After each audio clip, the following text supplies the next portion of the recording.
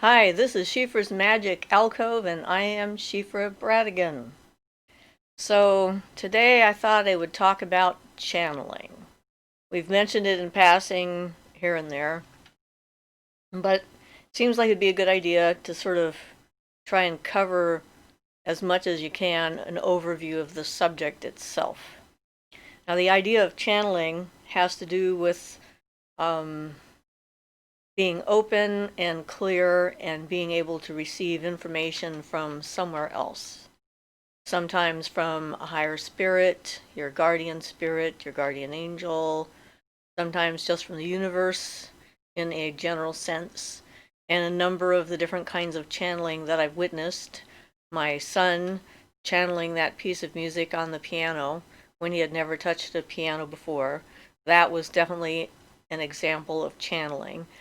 His experience of it, I think he was about 12 years old, maybe 11, was that he was filled with all these different emotions and they came out of his fingers and he made the most amazing piece of music I've ever experienced in my life, and one that will never be repeated. It's like we didn't have anything to record it with at the time. We just had me and my friend. We were at her house and we witnessed this event, which was an amazing thing to experience. So that's an example of channeling, in that case, a piece of music. I had the friend, the woman that I met down in Texas, who channeled songs, and in the form of, like the full song, like the lyrics and the music and the cadence and everything else just sort of came out complete, which was definitely an extremely moving experience for me, again, because in that case, she was singing a song that was for me. And it touched me in ways that no other piece of music had ever touched me, because it spoke to my spirit, my soul, the essence of who I was and what I'd gone through at the time, and was like a message in that sense from the universe that was for me alone. And that was just before I did that um, intense psychic healing session with her. She was definitely a pivotal person in my spiritual development in my existence. Meeting her, it's sort of well, that's where I got my staff, and everything I'd been doing up until that point just sort of came to a head and made sense. I felt like I was an instrument for spirit during that entire visit to Texas. When I started channeling my own higher spirit, it began as a past life regression that David, my partner at the time, was doing on me. And at some point towards the end of the past life regression, he asked a question about, how I thought of this life. And then my voice changed, and I said things like, a weaver would understand how this life was made. There's all these threads from all these different lives that are coming together in the same life. And he noticed a change in how I spoke, how I used words, how my voice sounded. And then at the end asked the question, who is speaking now?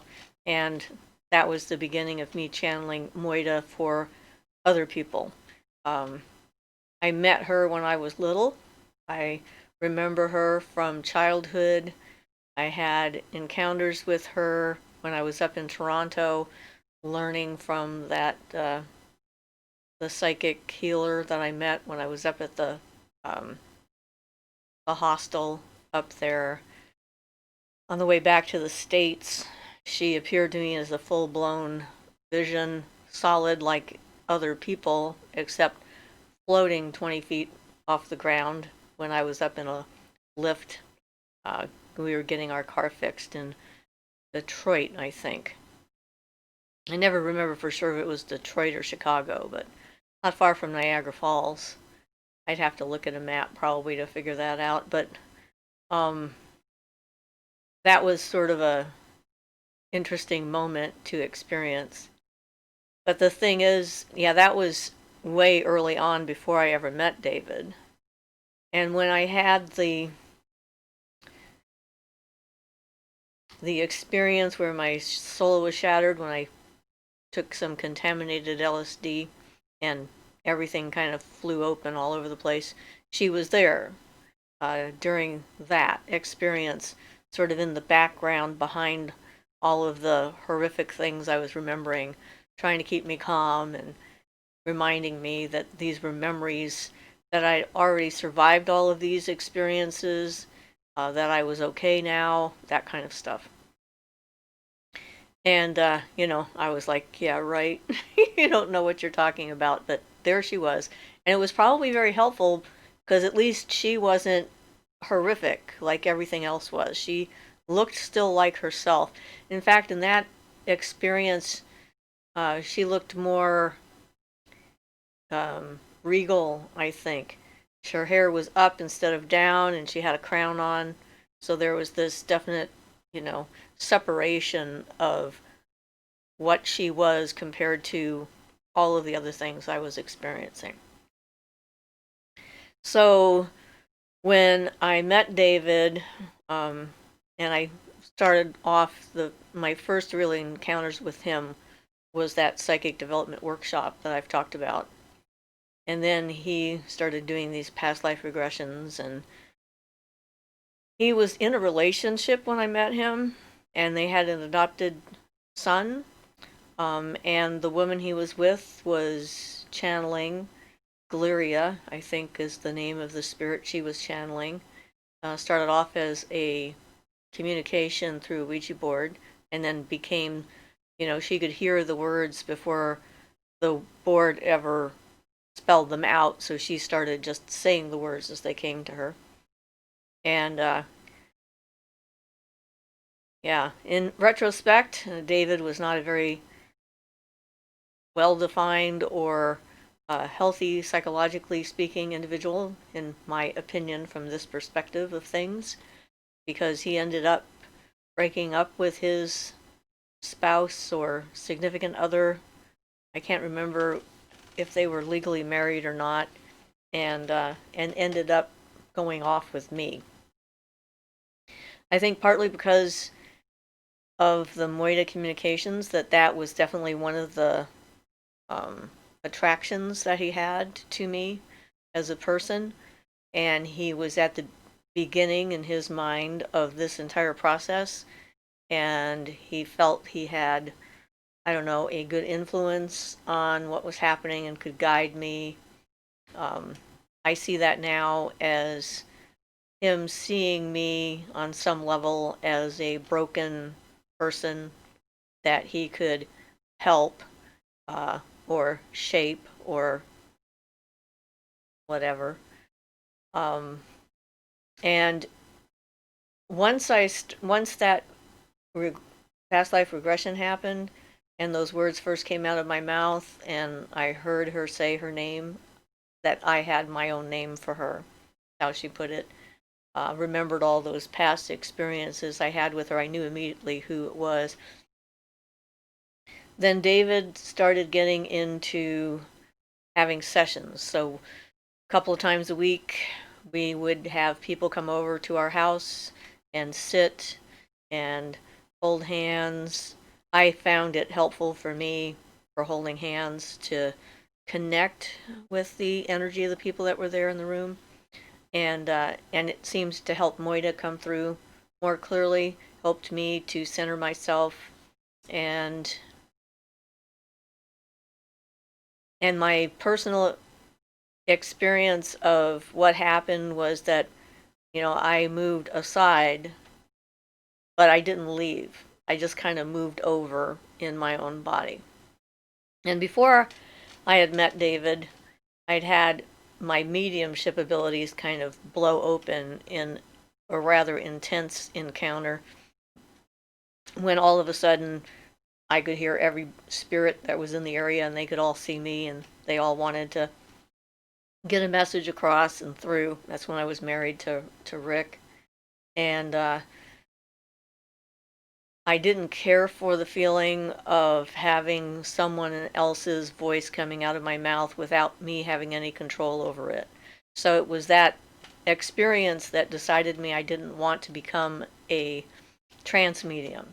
Now there's different types of channeling and mediumship, and a trance medium is somebody who kind of goes to sleep in a sense or leaves their body empty, vacates it for a period of time, and then a spirit being comes into the person's body, and then their words come out of the medium's mouth. And I certainly read about a lot of different mediums. I'd read the Seth material with Jane Roberts' experiences. They were published at the time. I also read about Edgar Cayce and how he would go to sleep in order to channel the information.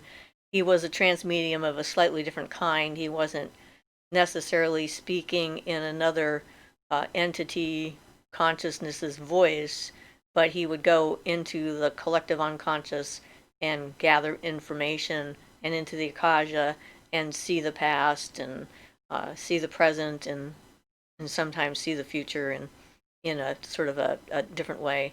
But with a lot of these people and some other people I met in the spiritualist church when I lived up in Vancouver, British Columbia, one of the things that I noticed about those people that I'd met and some people I'd read about is that trance mediums end up giving up a certain amount of their life in order to allow this to happen because they're not present. So they don't hear the words that are coming out of their mouth. It does short circuit some of the issues that channeling and mediumship can have, which is the influencing of the words that are coming through by the subconscious of the person whose body is being used to channel it. But it also means that they're not having a life for a large period of time, and some of them to the point where it killed them. Edgar Cayce was told he needed to stop doing so many sessions, that he was making himself sick and he wasn't going to last very long. But at that point, it was World War II, and a lot of people were writing to him, trying to find out if their loved ones who were missing in action were alive or dead and where they were. And he didn't feel he could say no to anyone. And so he basically killed himself by channeling too much, going into that trance state too much. His wife followed him not long afterwards. And, so seeing those stories, reading those stories, thinking about that, and having had that experience, that was one of the things I was pretty sure I didn't want to do. I did not want to be checked out and not there and not know what was going on. I certainly have my own control issues. There's no doubt, probably because of my childhood and the trauma that I suffered, but it doesn't matter. That's just where I was at, and I still like the idea of being in charge of my own space, my own mind, my own energy, and when and if I choose to allow something to happen. And I think that's partly what I'm here to learn.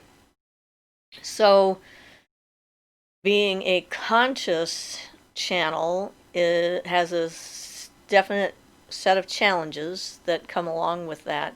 And no matter what kind of information a person is channeling or who they are supposedly channeling, there's always a certain amount of influence from the mind of the medium, the person who's allowing the channeling to happen.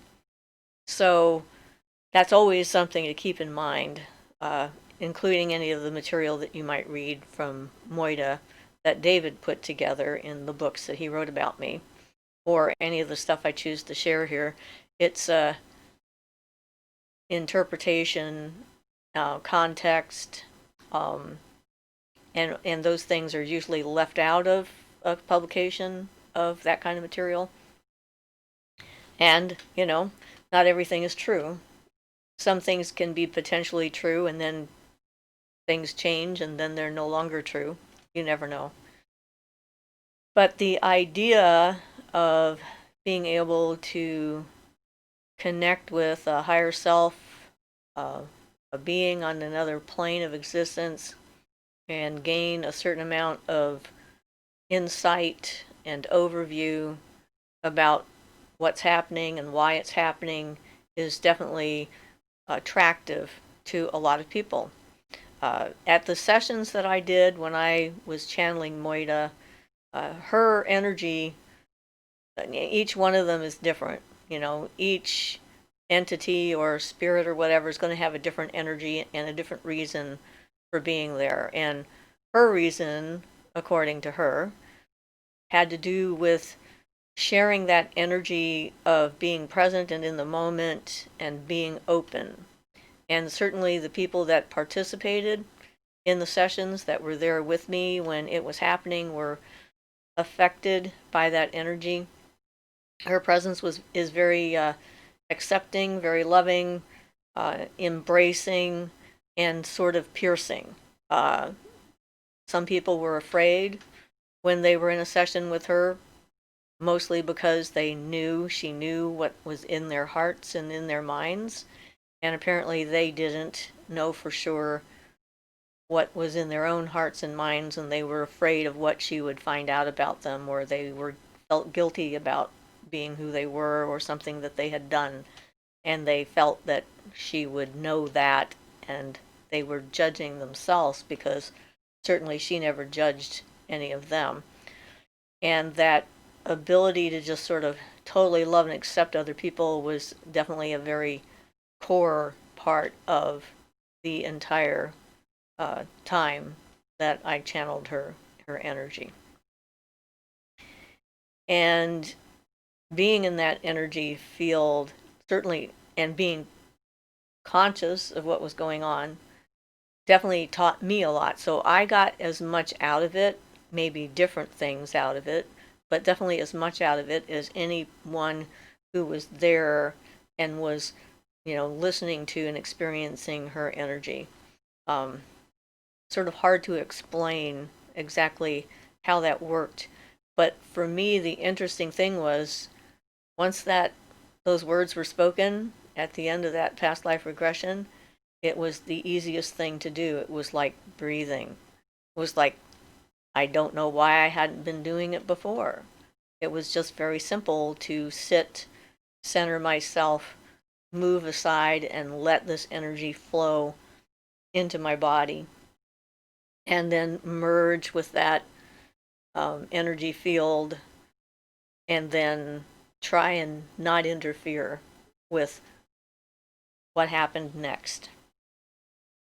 But that's the thing is with any kind of channeling experience.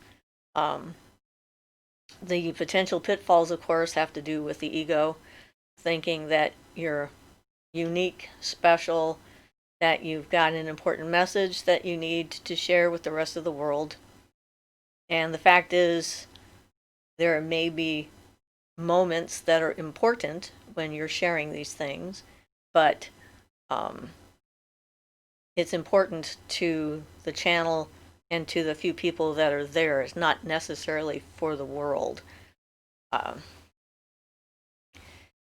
I guess what I'm saying is if you meet a channel and you go to a channeling session, just remember that they're a human being first and a channel second. And there's plenty of channeled material out there to look at where the person who's the channel is like Christian, devoted to their religion, and so all the words that come out of them are in those terms. Because if the spirit, energy, universal force, whatever it is, chose different words that made the channel uncomfortable or the medium uncomfortable, then they would stop doing it.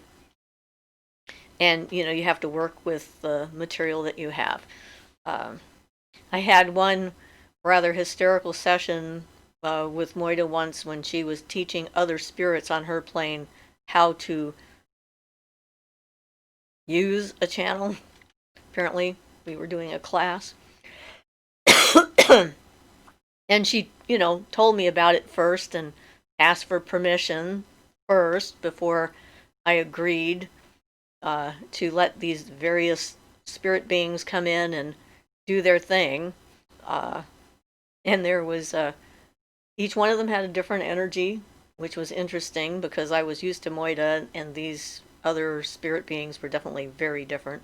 And one in particular I thought was quite hysterically funny because it was a male presence that came in, and he was like doing this thing like trying to radiate love and just like do it so hard and intense and all this other stuff. It came across as like anger and and not exactly relaxing and calm as he had thought he was doing. So that was sort of interesting. And you know, all of the different people that I encountered and some of the experiences they had when I was doing regular channeling work were certainly um, impactful on me. But like I said, more the experience of it itself definitely started to shift my energy and started to change me. And then when I discovered Starhawk's book, The Spiral Dance, and then I started to realize that there was a path out there that I'd already been following for so many years that um, it was something that I could use to develop myself aside from the channeling, and I started delving into that in earnest.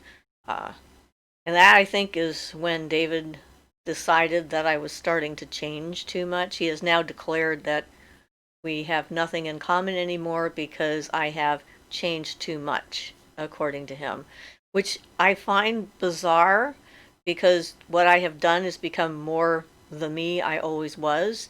I haven't changed in the sense of like, become a different person or have different feelings or a different outlook. I still have the same core values and core feelings I've always had ever since I was little. But my ability to be in charge of my own fate and my own life definitely changed and was transformed by paganism and ritual and starting to work with my own subconscious and um, clearing things out of my past in this life and being more in this life and in the moment instead of sort of spread out across the universe. So yeah, there was a statement that David made one day where he declared that he liked me better when I cried than when I laughed. And I thought that was the most horrible thing that anyone had ever said to me. And he followed that up with, because I believe your tears and I don't believe your joy. And so that kind of says it in a nutshell, my experience of being the channel and being with him.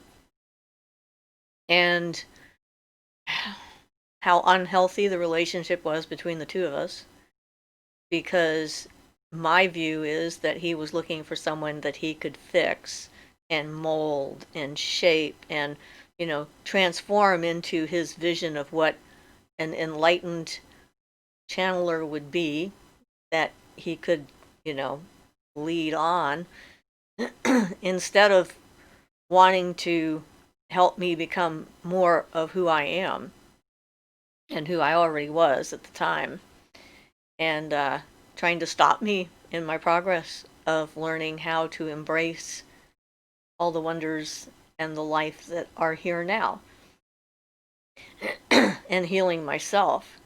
So, as an experience in the middle of it, I felt like an experiment a lot of times because he, would decide we're going to do a session.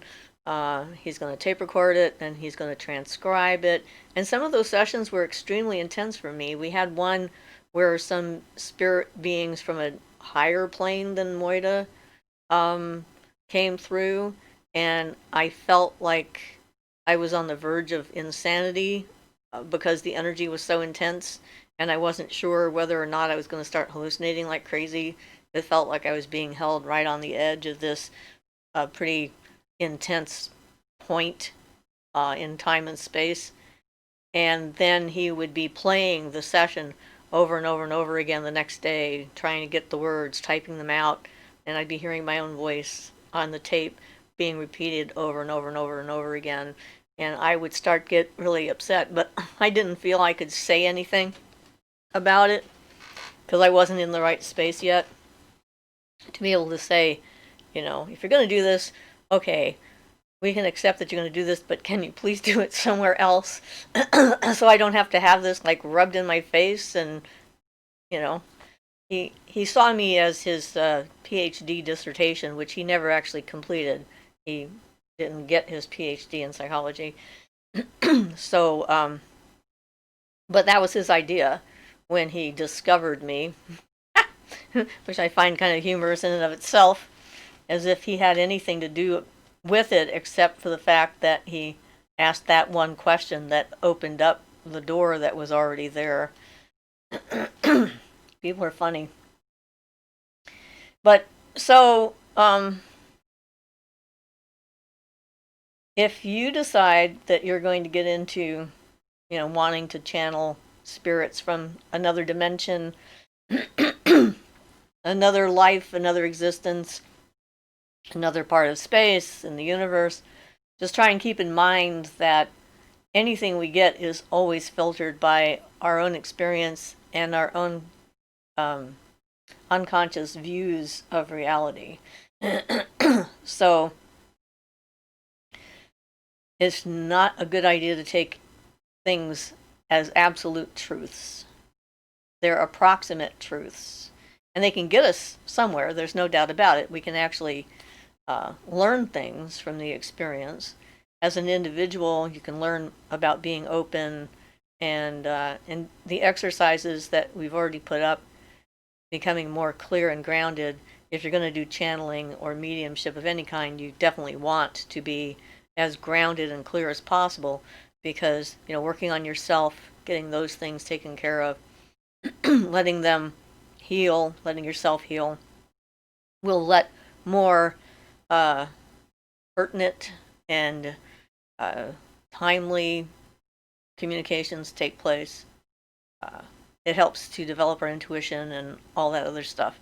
Not everyone is going to be someone who does this, because it is a specific type of skill, and that's okay. It doesn't have to be. But looking into the possibility and opening yourself up to the idea that at the least you have your own spirit guardians that are trying to give you pertinent information in a timely fashion to keep you on track or to warn you about things that might be happening, and staying open to hearing that information, but also keeping in mind that what choices that you make and decisions that you come to should be based on your own they should be yours. If something doesn't feel right, if you're not ready for it, something's not, it's just a little bit odd, it's okay to say no. There is no agreement that we have to make that we do everything the voice in our head or the spirit that's entertaining us or trying to interact with us says. Those are all our personal choices, and we need to keep control of our choices if we're going to develop as human beings. And I think that's part of the confusion that some people have. Like, well, okay, there was an example of a guy we looked into. We saw his ad in, I can't remember which Medicine Man magazine or some one of those types of magazines at the time, and it was Castaneda-like sort of information. he said he was tuned into, et cetera, and he had all this secret knowledge and whatnot. And the first information that we saw looked maybe interesting. So let's see if we can get more information. And so we wrote in for the free packet that he had and read that and didn't see any alarms going off at that point. So then we, paid for a larger amount of information to see what that was, and that was the end of that for us because one of the first things he told us in that larger packet was that he had his very first out of body experience and he met a spirit being, his first one, and that spirit told him that the secret to power was hate, and that if you accepted and embraced that hate was the thing that made the world go round and made life happen, then you would have all this power, and so that's what he was into. And I saw that as a really bad sign on a lot of levels. One was that he made this arrangement and agreement with this being, the first one he met, to be channeling this information for people. And the way he was talking about it, it was clear he'd made a contract, unconscious perhaps, with this particular being. And those things are real, they can happen. They're not as easy to do as some people fear. It's like accepting a gift from a fairy is not making a binding contract with the fairy folk, in my opinion. But with this guy, the way he was talking about it all, I could see he was going on a really dark path and a dangerous one as well. And that when he passes, he will be stuck in this spirit being's sphere for a period of time to pay back all of the stuff that the spirit did for him, kind of thing, to make things more even. We'll have to do another video just on those things in themselves, but the point of the story is that spirits can lie, and you don't have to believe everything they say. That's why it's important to keep your own control over everything that what you do. Make your own choices. You're bound to make mistakes. That's human, and that's okay. You make a mistake, you learn from it, you change how you approach something in the future, you move on. Don't beat yourself up for it, because that doesn't do anybody any good. but yeah, I mean, to make a mistake is a human thing. And other kinds of channeling that can be out there, well, there's a thing that I call having a perfect moment. I'm not sure exactly how to describe it, but it's kind of like, well, I'm going to try and describe it. It's kind of like being in the moment of where you're at so totally that you're in harmony with all of the forces that are around you. I've had a couple of times that this has happened for me. I had one when I lived up north, and we had a women's weekend. We started doing women's workshops. It was around the time those started popping up. And we had a weekend for women and stuff like that. And one of the organizers had been so busy keeping things going. I had done a dance based on my aura dancing from my past life. I hadn't trained as a belly dancer yet. I did veil dancing and energy dancing and so forth. And she had missed my performance. And so they asked me if I would do it again. And so I said, sure. And I did it again, and it was out in the dark around a bonfire, and all these women were sitting. And I wasn't really aware of what was happening in the sky above me. I was just in the music and in the movements and the energy of what I was doing. And I did my performance. And then some women came up to me afterwards and said that it was the most amazing thing they'd ever seen, because apparently I was in that right timing of being in tune with stuff, that as I moved my arms, the northern lights followed me, or I followed them, or we were both doing it simultaneously, which is more like what it's like. It's just like everything just happens like it should.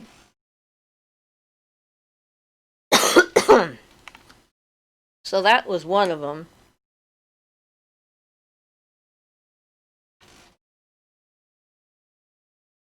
And another one was when I was in Texas, when we were doing that ritual and opened up the portal and let the spirits cross over.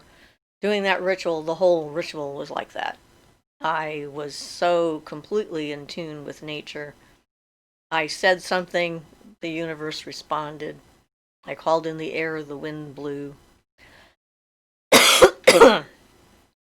All of the elements responded in kind when I called on them and so forth. And if you want a more detailed description of that, you can watch the video on opening a portal between the worlds, because that's what that was about.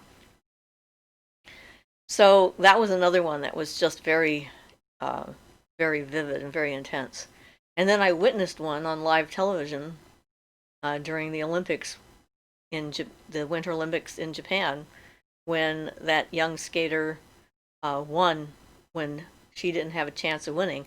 I happened to be up late and I turned it on and I was watching her perform, and I could feel, even from this far away, I could feel that she knew she had no chance of winning and there wasn't anything that she could do about it. And she was just in the moment, being a skater, and just completely immersed in the music and the movements and the dance and everything. And I started screaming in my house, oh my God, she's having a perfect moment. She can't make a mistake. And sure enough, she didn't. And then all the other skaters, of course, fell or flubbed or whatever, and she ended up taking home the gold. It was remarkable and surprising to me that I could feel it when I was watching it. I was just like, wow, that's just amazing. So there is a very specific energetic connection that a person can have with the world around them and with their environment that can bring that on. And that is sort of a type of channeling, because that's what you're doing. You're channeling you in your life, in the universe, and your connection with it. Just sort of the basis of it all. Some people do automatic writing. Barden has a technique that he recommends if you're going to do automatic writing with a spirit being, to learn how to just let the spirit use just your forearm from here down and your hand, and you sort of like take your astral body out of that part and allow the hand to do its thing and do stuff.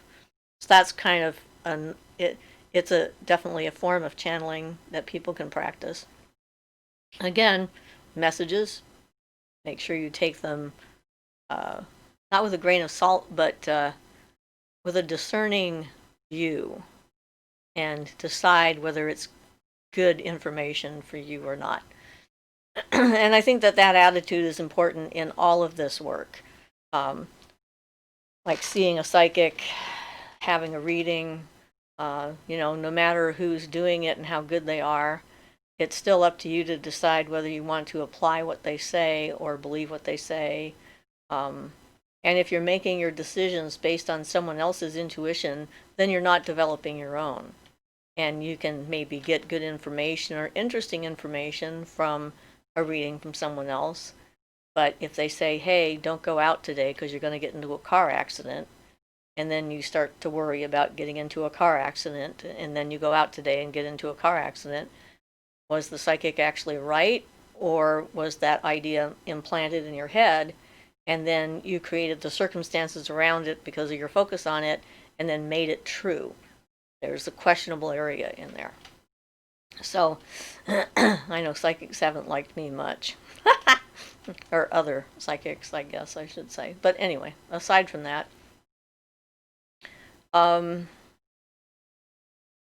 we've talked about that whole notion of being able to hear the other voice inside of you and not your own voice and being able to distinguish the difference. And definitely channeling is sort of a next level of that, being able to not just hear the voice, but also feel the energy and then speak the voice. Let the voice have its opportunity to say whatever it is that it's there to say.